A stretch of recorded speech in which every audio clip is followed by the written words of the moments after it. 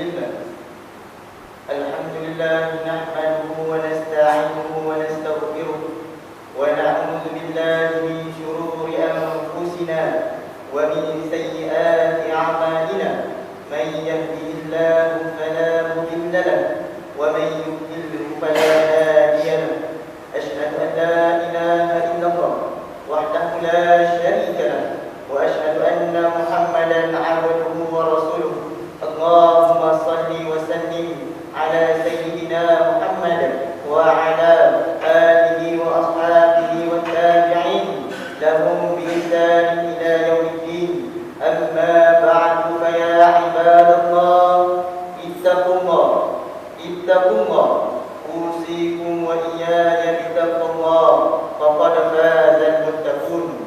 Jemaah yang dimuliakan, marilah kita tingkatkan ketakwaan terhadap Allah Subhanahu wa taala dengan memperteguh iman serta amal soleh, melaksanakan segala perintah dengan hati yang ikhlas, meninggalkan semua larangannya dengan jiwa yang patuh, melazimkan sifat-sifat mahmudah yang dicintai Allah Subhanahu wa taala serta menjauhi sifat-sifat mazmumah yang dimurkainya. Mudah-mudahan kita dihimpunkan di hadapan Allah Subhanahu wa taala dengan membawa qalbun salim, yakni hati yang sejahtera dan bekalan amal yang diterima.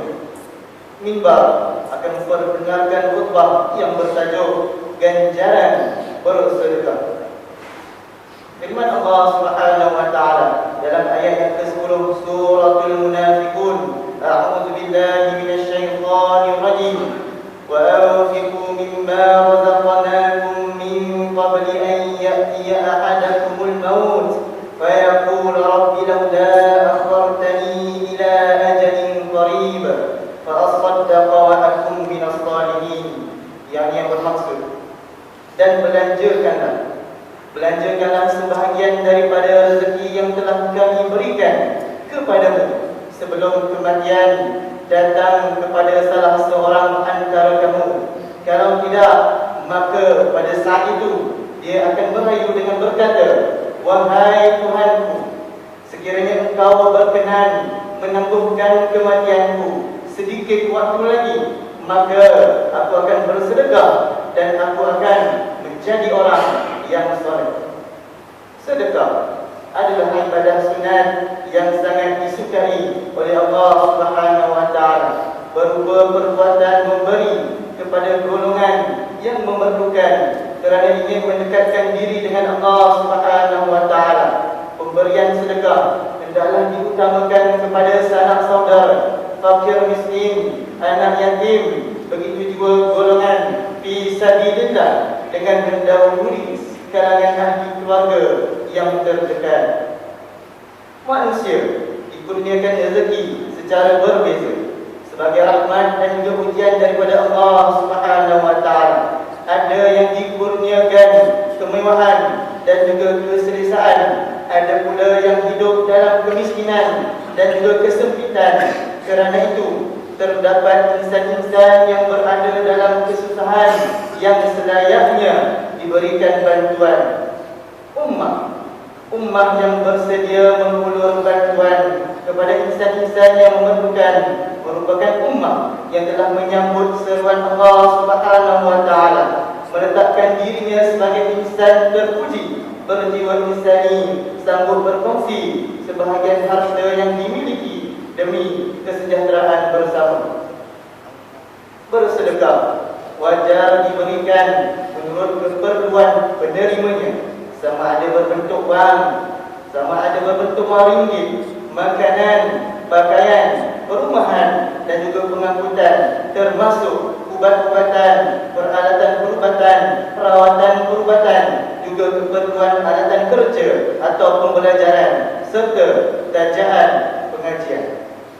Para tetamu rumah Allah yang dimuliakan, Allah Subhanahu wa taala mengurniakan ganjaran amat besar kepada hamba-Nya yang bersedekah. Sedekah tidak terikat dengan masa, tempat maupun jumlah yang dibelanjakan. Ummah boleh melakukannya pada bila-bila masa, walau di mana jua berada, dan meski sekecil mana pun jumlahnya, asalkan sedekah dilakukan dengan niat yang ikhlas semata-mata kerana Allah Subhanahu wa taala dan bukannya mampu menunjuk-nunjuk dengan perasaan ria dan bangga untuk mendapat pujian manusia. Firman Allah Subhanahu wa taala ayat yang ke-10 suratul Munafiqun yang khatib bacakan, yang khatib jadikan rujukan pada awal khutbah, mengisyaratkan bahawa amalan bersedekah ialah peluang yang mesti direbut selagi hayat di kandung badan. Menurut ahli tafsir Imam At-Tabari, Allah Subhanahu wa taala memaparkan keluhan berbentuk penyesalan oleh mereka yang ketika berada di dunia tidak melakukan amalan bersedekah, sehinggakan mereka merayu agar ditangguhkan saat kematian untuk berkesempatan melakukan amalan sedekah. Ayat tersebut jelas menunjukkan bahawa kelebihan yang banyak sedang menanti di akhirat buat mereka yang gemar bersedekah, dan kesempatan bersedekah itu disediakan ketika kita masih berada di dunia. Mimbar menyenaraikan beberapa kelebihan amalan bersedekah. Yang pertama, sedekah tidak akan sesekali mengurangkan harta sedia ada, bahkan harta akan sentiasa bertambah berkat. Sabda Rasulullah SAW, "Wala naqasat sadaqatun min mali, wala 'ala rajulin qattu illa zadahu Allah 'izza." Yang bermaksud tidak berkurang harta dengan sebab sedekah, dan tidaklah seseorang yang memaafkan kecuali Allah Subhanahu wa taala tambahkan baginya kemuliaan. Hadis riwayat Ahmad. Yang kedua, sedekah berupaya menghapuskan murka Allah Subhanahu wa taala kepada pelaku dosa dan kesilapan. Sabda Rasulullah SAW, "Ala adulluka ala abwabil khair, as-sawmu junnah, was-sadaqatu tutfi'ul khati'ah, kama yutfi'ul ma'un nar." Yang bermaksud, hendakkah kamu aku tunjukkan pintu-pintu kebaikan? Puasa itu ibarat perisai, dan sedekah pula memadamkan kesalahan seperti mana air memadamkan api. Hadis riwayat Tirmizi. Yang ketiga, sedekah menjadikan seseorang itu mendapat pahala yang berterusan sekalipun telah meninggal dunia. Sabda Rasulullah SAW yang bermaksud, apabila mati seseorang manusia, terputuslah daripadanya amalannya kecuali 3 perkara. Yang pertama, sedekah jariah atau ilmu yang dimanfaatkan dengannya, atau anak soleh yang mendoakan baginya. Hadis riwayat Muslim.